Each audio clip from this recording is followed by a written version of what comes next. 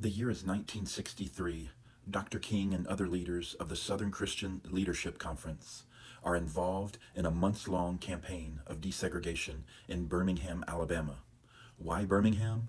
Dr. King described Birmingham as the most segregated city in the U.S. They employed a variety of tactics, including boycotts, marches, and sit-ins. Their efforts were relentless, and Bull Connor was successful in getting an injunction that effectively made their protest illegal. After much discussion, the leaders of SCLC decided that they were going to disobey the injunction and prepare for mass jailing. And that's exactly what happened. Dr. King and other leaders were arrested and put in the Birmingham jail under very difficult conditions.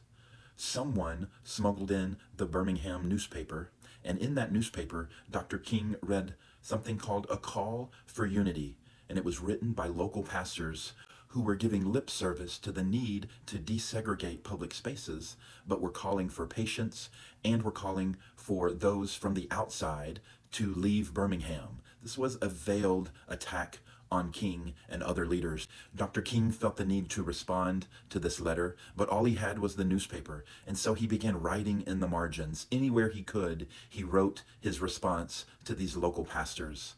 His lawyer, Clarence Jones, was able to smuggle out those things that Dr. King had written on that newspaper, and it became what is called Letter from Birmingham Jail.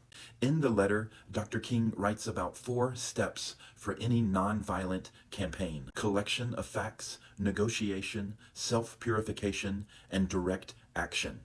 The collection of facts is the research, and Dr. King very explicitly tells about the research behind the Birmingham campaign. The negotiation, he talks about working with business leaders and having been lied to by those business leaders about what they intended to do. Self-purification, he talked about training their minds and their bodies to endure the hardships that were sure to come their way as a result of their nonviolent resistance. And then, of course, direct action, which is what makes the news, which is what makes the headlines.